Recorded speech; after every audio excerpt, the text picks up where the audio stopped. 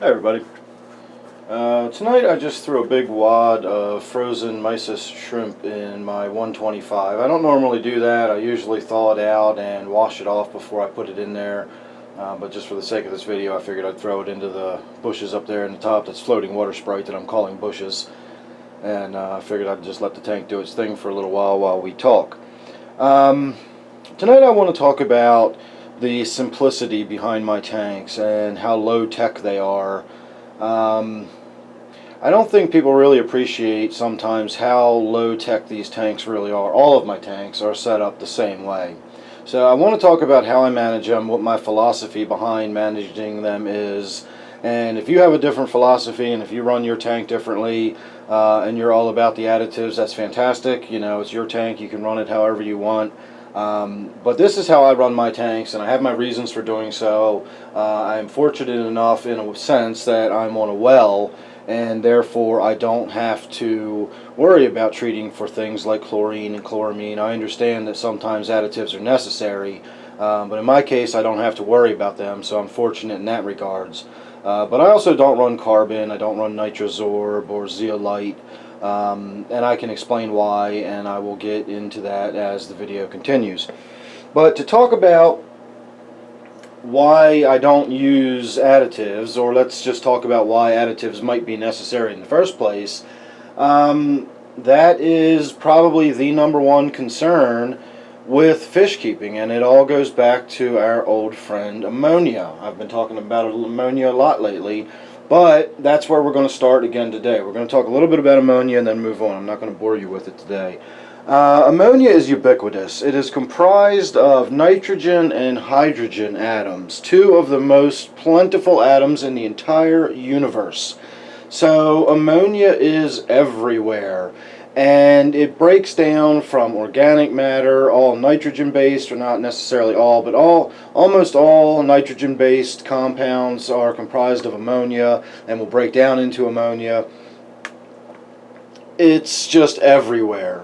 So we humans and mammals and birds, reptiles rather, we have a capacity to deal with ammonia that is built up in our bodies, and that is called the urea cycle. It's very similar to the nitrogen cycle that happens in a fish tank. And as the food and the organics that we ingest get broken down, ammonia is produced. So our bodies deal with it by converting it into urea, where it can safely be stored in an aqueous solution, and we can get rid of that when it is convenient for us.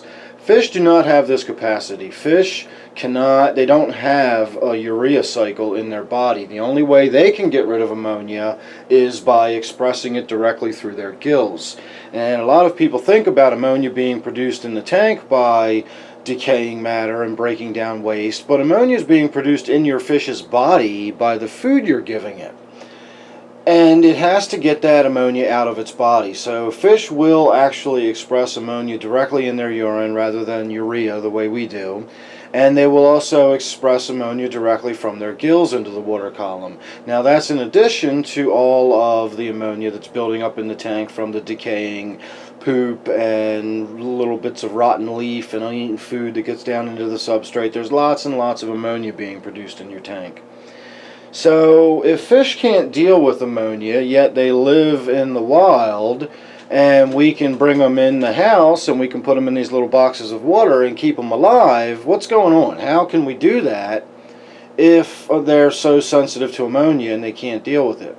Well, in the wild, they don't have to deal with ammonia. They have these little friends that live in the water, which are bacteria that are not photosynthetic the way a plant is. They're chemosynthetic. They get their energy from chemical compounds, and chiefly they eat ammonia and nitrite depending on the species of bacteria. So streams, rivers, lakes, ponds, bogs, all of these bodies of water where fish live in the wild have ways of dealing with ammonia buildup. Now in the case of a bog, where you might be looking at a peat bog or something where the pH might be as low as 5.5, you're not going to have to worry about ammonia because it will be bound up as ammonium. In other areas, there's nitrifying bacteria, exactly the same as our nitrogen cycle in our tanks, and that's what deals with the ammonia. So every environment has its own way of dealing with the ammonia for the fish, since the fish can't do it for themselves. So when we bring fish in the house, my goal and my idea of having fish in a tank is to recapitulate their natural environment within reason as best I can. The environment they live in should have the capacity to deal with the ammonia for them. And that being said, everything else follows suit. The tank should be able to deal with the amount of nitrite that builds up. The tank should be able to deal with the amount of nitrates that build up. And I, the fish keeper, should be able and willing to do the maintenance and the amount of water changes necessary to keep the tank stable and to keep the final product of the nitrogen cycle, the nitrates, at a reasonable level that is safe for the fish to be in. So all of this boils down to pure simplicity. I just don't see a need to run things like carbon in my tank. Most people run carbon in their tank and they just do it because. They don't even know why they're doing it. Well, carbon is a chemical filter. If you don't have chemicals in your tank, you don't need to run carbon. I've heard that it will pull tannins out of your water, but from my experience, you'd have to put about a bucket of carbon in your tank every day to pull enough tannins out of the water to notice it. So it does nothing in regards to anything if you don't have carbon. I mean, if you don't have chemicals in your water. The time I would run carbon, and I don't even do this because I deal with this with water changes. Like for instance, I recently treated my brackish tank for cyanobacteria.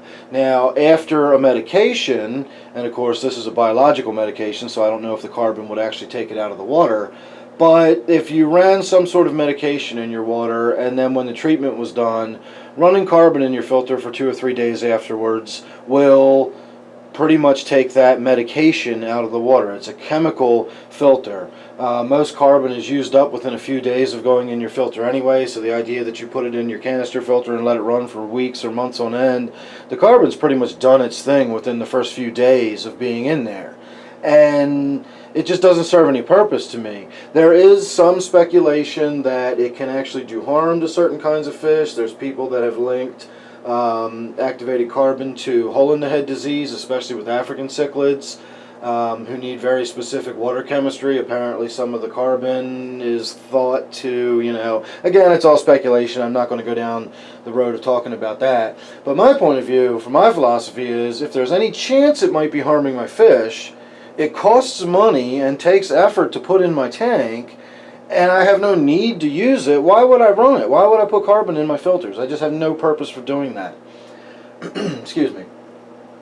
The biological filtration in my filters, whether they're canister or hang on the back, is more than capable of handling the bioload that's in the tank. I see to that. I make sure I have enough biofiltration to deal with whatever bioload I'm putting in the tank. And then I have some physical filtration, the filter floss, which does nothing really other than take detritus out of your line of sight. It just removes it from your view. It doesn't actually remove it from your tank. I've explained this a lot of times.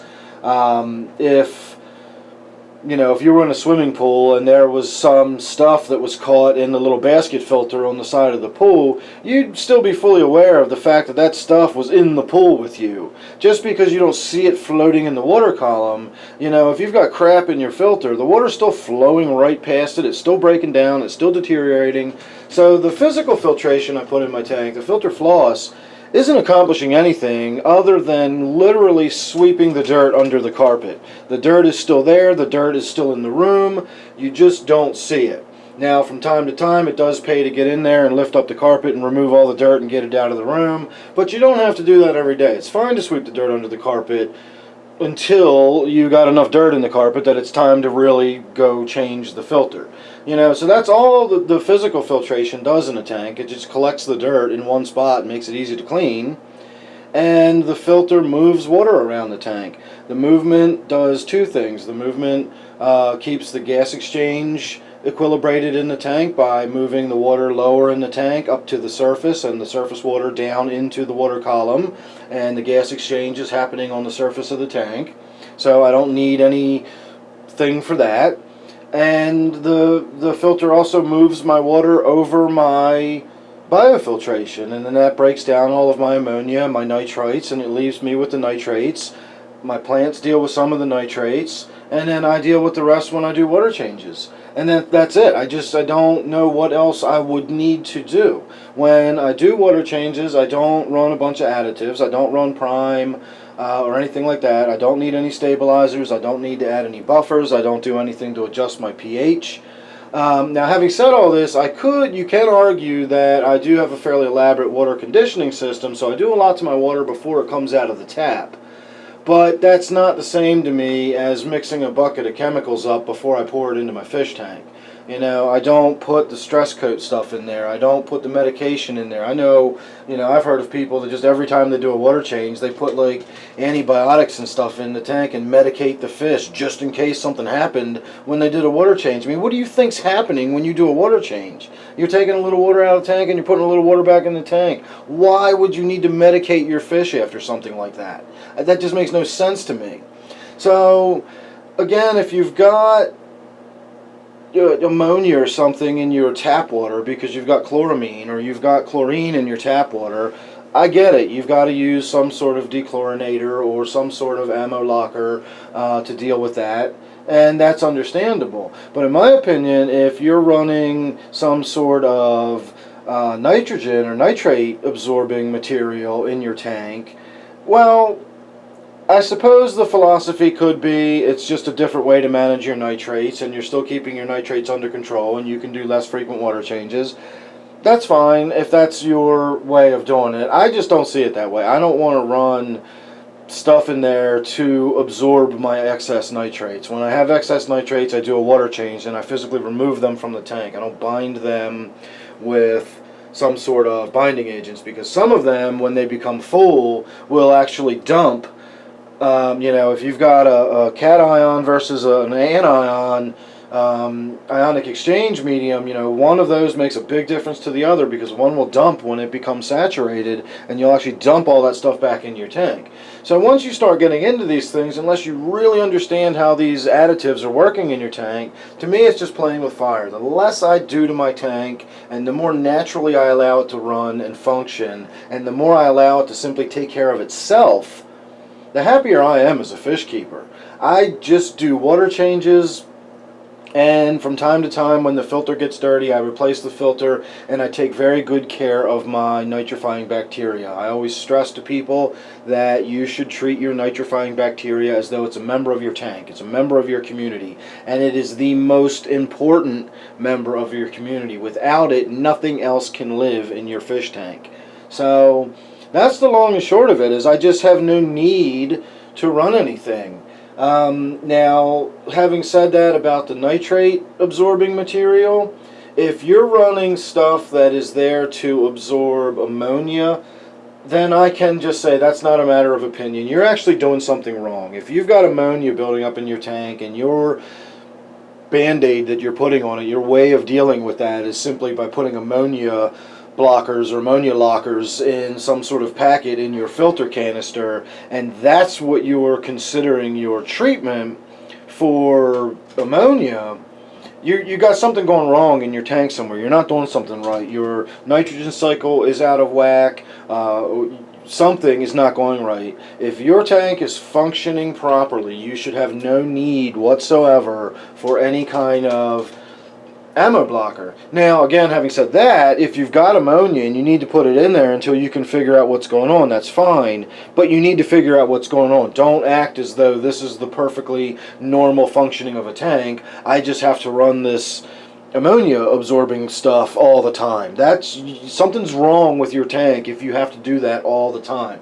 If you're still cycling, if you just did some major work to your filter, you put a new filter on the tank because your old one, took a dump, Okay, then maybe we can do these additives or something to get us through the crisis. But they really, to me, shouldn't be, and especially with the ammonia, but even with the nitrates, that just shouldn't, to me, be part of the normal running of a tank. The tank should sort of almost run itself. All I really need to be here to do is maintain the filter and put the food in there and do water changes, and I let everybody else live happily ever after in the tank. So that's pretty much my, thoughts on my tanks and why I run them so simply and basically. I really do think simpler is better. I really do think the natural look, the natural feel, and the natural functioning of a tank is just my style. It's just the way I like to run a tank. It's the way I think they're meant to run. Again, you're probably never going to see me run a high-tech tank. You're probably never going to see any CO2, pumped into my tanks or any really super elaborate lighting or anything like that.